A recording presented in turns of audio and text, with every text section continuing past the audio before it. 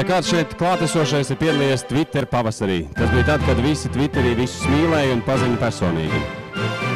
Kāds atcerās? 2008. gads, 9. 8. sākums. Pēc krūma, ja? Krūms bija laikam pa ziemu, un Latvijā iesākās Twitter pavasaris 8. sākums, ja? Kad tad vidus, ja?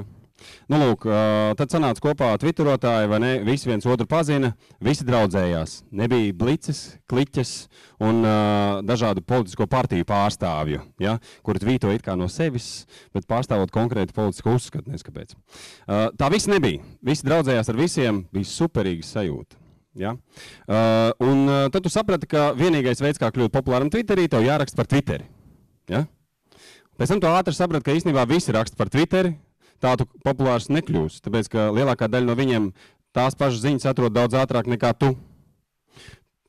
Un tad tu saprati, ka nepietiek ar to, ka tu, ja tu neesi pirmais, tad tev jābūt vienīgajam. Tātad jāraksta par kaut ko, par ko neviens neraksta. Kopš tā laika populārākie, no tādi netipiskie tvītotāji ir, piemēram, Funts, vai ne, par putniem, vai ne, nevis galvā, bet vispār. Un tad ir Soksboks, piemēram, vai ne, par zeķiem, atkal ne galvā, bet... Un tad radās cilvēki, kuri beidzot Twitterī arī sāk teikt to, ko viņi domā. Un es biju stāvā sajūsmā, ka atradās viens džeks, kurš pateica, tas ir sūds, ja. Es arī gribēju, ka es tā drīkstu pateikt. Es vienreiz pamēģināju, un tas man maksāja, manai kompānijai, kuras strādā, maksāja apmēram 3500 latu, jo klients izrāva kampaņā ārā. Ja. Kopš tā laika es domāju, ko es rakstu Twitterī. Bet ir viens džeks, kurš turpina tāpatās tādā pašā garā. Ja? Ja viņš tā domā, viņš tā raksta. Ja? IT eksperts, blogeris, balss, internet tīmeklī, radio eterā un drukātajos mēdījos, kur lasu ņem vērā ik viens, kas vēlas būt lietas kursā par jaunāko informācijas tehnoloģijās. Un es tev piebilstu no savas puses dubstep speciālists ar pie visa. Jā. Tā kā lūdzu sagaidiet, Kristaps Skutelis.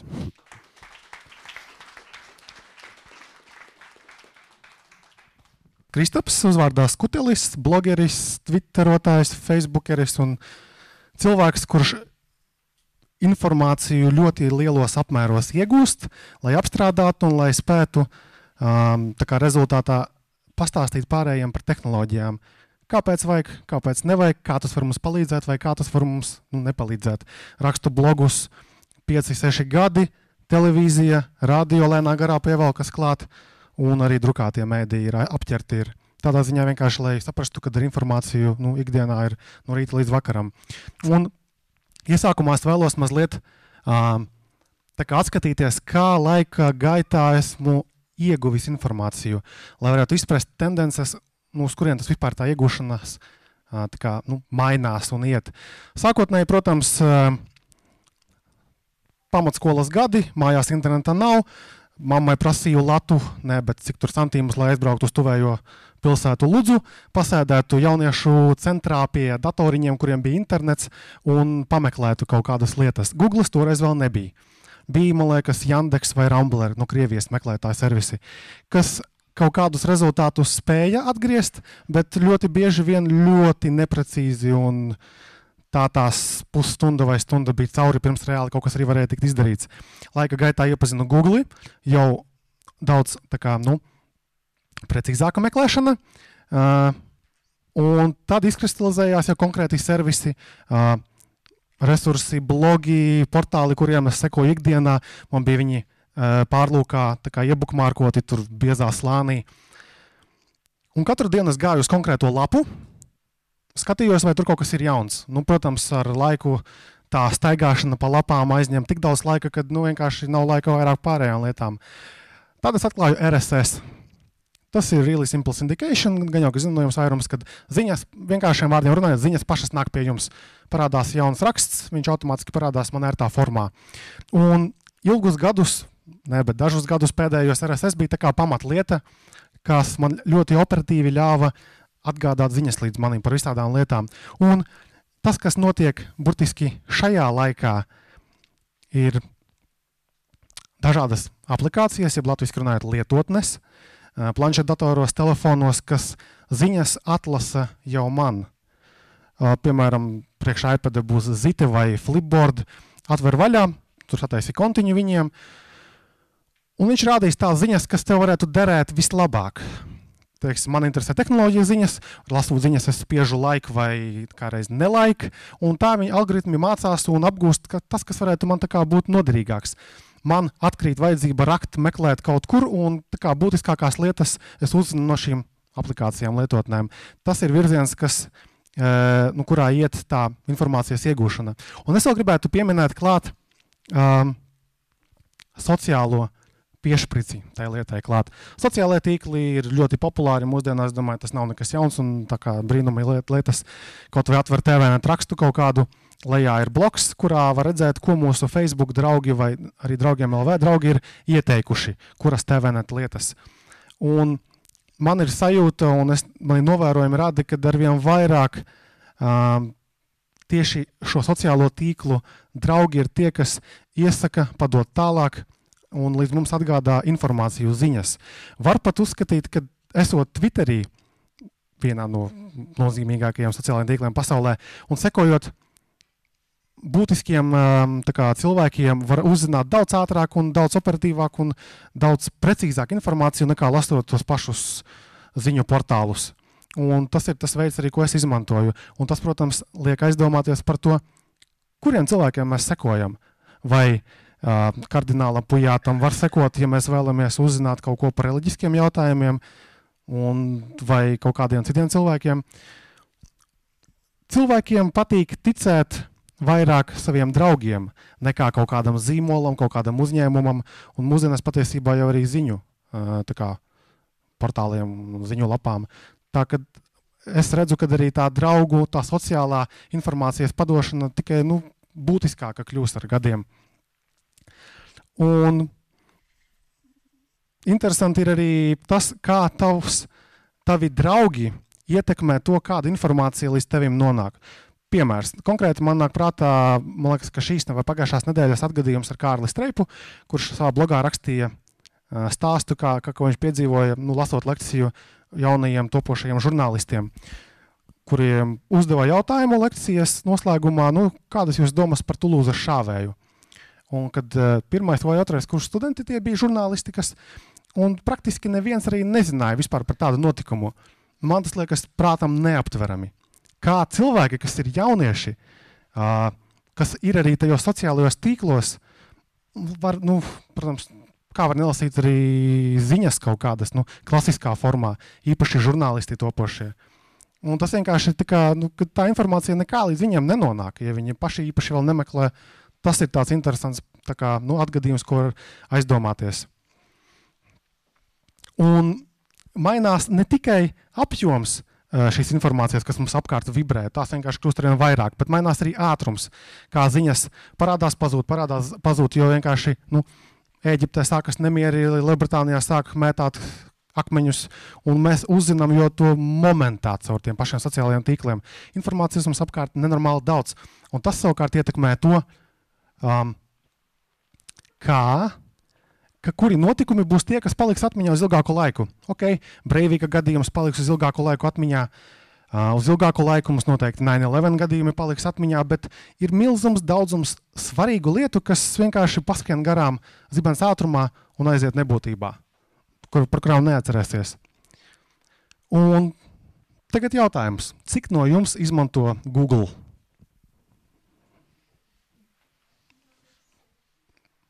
Neizmanto? Labi. Lūk. Arī. Tātad statistikas mazliet interesantas dati. Katru dienu tiek veikti aptuveni 3 miljardi Google meklējumu, respektīvi tiek uzdots Google jautājumi. Tas ir Google atbild 34,000 reižu sekundē. Un inženieri, kas cenšas kā arvien labāk uzlabot servisu, lai varētu arvien spēcīgāk dominēt pasaulē un visus pakļaut sev, ir atklājuši, ka ja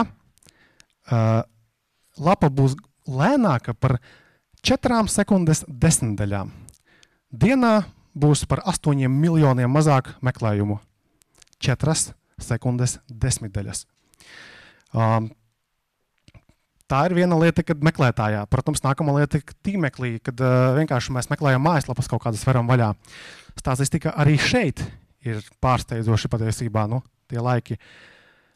Ja lapa ielādējas ilgāk par 4 sekundēm, katrs 4. dosies prom. Tas liek aizdomāties, ka pat informācija ir vērtīga, tad, ja lapa ir lēna, cilvēki tā kā nelasīs, netiks līdz tā informācijai. Interesantāka kļūst situācija, kad sākam runāt par mobilajām ierīcēm, kuru paliek arvien vairāk. Ir tāds tīkla iekārtu un vēl dažādu tehnoloģisku lietu ražotājs kā Cisco, viens no nozīmīgākajiem pasaulē. Un viņi katru gadu veic pētījumus, lai saprastu, kā attīstās, kādas tendences ir datu pārraides jomā, un viņi savā pēdējā pētījumā ir atklājuši, ka jau 2012. respektīvi šajā gada beigās pasaulē būs vairāk mobilo ierīču nekā cilvēku. Un mobilās ierīces nevis vienkārši pulkstens, kas mums ir kukušs, kas stāv kaut kur maliņā, bet tās, kas spēj pieslēgties tīmeklim. Jau šajā gadā ierīču būs vairāk gadžetu par cilvēkiem. Un arī tur, ja lapa ielādēs lēnāk par 10 sekundēm, puse cilvēku ies prom, un visdrīzāk arī neatgriezīsies vairāk šajā pašā lapusē. Un šī nespēja gaidīt un tā ātrais steidzīgums un tā saraustītā uzmanība, protams, atspoguļojas arī dzīvē. Vairums amerikāņi nestāvēs rindā, ja tā ir garāka par 15 minūtēm. Viņi nenāks atpakaļ vairāk uz to vietu, to pakalpojumu sniedzēja vietu. Un arī biznesu internetā tas ietekmē. Piemēram, Amazon.com katru dienu nopelna 67 miljonus ASV dolāru. Un viņi arī izrēķinājuši, ka ja lapa ielādētos par sekundi lēnāk, gadā viņi neiegūtu līdz pat 1,6 miljardi ASV dolāru. Tā, kad pat sekundes maina ļoti, ļoti daudz ko. Protams, jautājums, kam tas ir izdevīgi, lai mēs arvien vairāk klikšķinātu, arvien vairāk lēkātu un tiem pašiem Google un visiem pārējiem. Jo vairāk mēs lēkājam pa lapām, jo vairāk mēs spiežam saites, jo vairāk mēs atstājam par sevi informāciju, par savām preferencēm, par savām vēlmēm, jo vairāk ir Google iespēja parādīt mums īpaši pielāgotas reklāmas. Googles pamat biznesa ir reklāma. Tā, kad pat šo lielo, kas patiesībā vada visu to industriju, galvenā vēlme ir kā raustīt mūsu apkārt. Tas ir jāņem vērā vienkārši. Un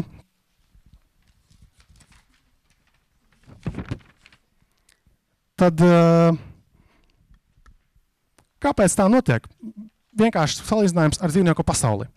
Dzīvnieku pasaulē grib izdzīvot visi, un viņiem kļūst garāki zobi, ragi lielāki, biezāka āda, lai varētu cīnīties un izdzīvot. Cilvēku pasaulē informācija ir šie zobi, šajā āda biezā, un šķietami, jo vairāk informācijas, jo arī tu labāk spēj izcīnīt savu vietu zem saules. Un tas arī jau zemapziņā liek cilvēkiem visu laiku meklēt kaut ko. Un man patika, kā Ričards Formans, kas ir dramaturgs slavens, reiz mēģināja salīdzināt, kad agrāk, teiksim, cilvēki, eksperti, zinātāji varēja salīdzināt ar katedrālēm, kuru zināšanas vienkārši auga augumā, un katra jauna lieta, ko viņš apgūst, tā kā būvē klāt. Tagad mūsdienās cilvēki zina ļoti daudz ko, bet ļoti, ļoti maz. Rezultātā sanāk pankūkas. Plānās pankūkas pret katedrāli. Tas pats Aristotelis. Viņš bija eksperts daudzās jomās. Viņš rakstīja par fiziku, metafiziku, dzeju, teātri, mūzikoloģiku, retoriku, lingvistiku, politiku un daudzām citām lietām. Un eksperta līmenī mūsdienās tas vairāk nav. Tie paši jaunieši mūsdienās, mani vecākie bija 2 skolotāji, un vienkārši viņi katru dienu ikdienā redz, kas notiek ar tiem, kas ir tā kā mazāki par mums ar tiem jauniešiem. Uzmanības noturēšana viņiem ir vislielākā problēma patiesībā. Un viņi ir tajā informācijā, un viņi filtrē lielāko daļu nost. Un to, ko filtrēt nost, viņi izplāno savā vēl nenobriedošajā prātā. Un pavisam normāli ir gadījumi, kad skolotāji teiktais tiek atfiltrēts, kā nav vajadzīgs. Jo viņa prāt daudz būtiskāka informācija ir kaut kas spīdīgs, baneris kaut kur internetā, sociālos tīklos, kaut kādas spēles.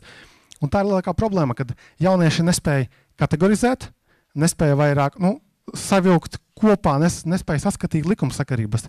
It kā ir apgrābtīts ļoti daudz tēmas, bet ļoti tādā paviršā līmenī. Un tā ir liela problēma patiesībā. Kaut vai kādas ir populārākās meklēšanas frāzes Google, un tās ir Google, Facebook, YouTube, un tāpat YouTube viņi ir slinki ierakstīt, vienkārši ieraksta, neba viņi meklē par bet YouTube, tā ir liela problēma, un man liekas, ka tā kā mana paudze vēl ir tā, kas ir vēl ar kāju, tā kā pieaugušo cilvēku vēl laikus arī aizķēruši mazliet, zina, ka tas, ko tie, kas ir mazāki par mani, ir pavisam crazy. Jā, viņš 3 gadu vecumā māka iPadu bakstīt, bet tā viņš vai neizlasīs visdrīzāk mūžā vairāk nekad. Tā kad, un nobeidzot, uz ko tas viss ved? Informācijas tehnoloģiju pasaulē galvenā un nozīmīgākā lieta ir mākslīgā intelekta problēmas atkošana. Tas jau ir no ļoti seniem laikiem sākās, un Google veidotāji, Larrys Page un Sergejs Brins, ir tā kā to laiku Alans Tjurings, un viņiem ir tas plāns, ka, ja viņu rokās, viņu serveros, datu centros ir viss internets, visa tā kā pēdējo to, un pat ļoti senas pagātnes informācija. Tā doma ir, kad viņi atkodīs, kā to mākslīgo intelektu realizēt dzīvē, kad mēs varēsim arī pieslēgties tam tā kā informācijas, nezinu, kā to nosaukt, mākonim. Matrix, respektīvi, pilnīgākais. Tas var šķist kaut kā muļķīgi tagad, bet uz to viss iet. Es neredzu nevienu iemeslu, kāpēc Google, un viņi arī grib būt pirmie, lai varētu visu to tirgot pēc tam arī. Tā, kad viss būs aptuveni tik jauki, vai... Labi.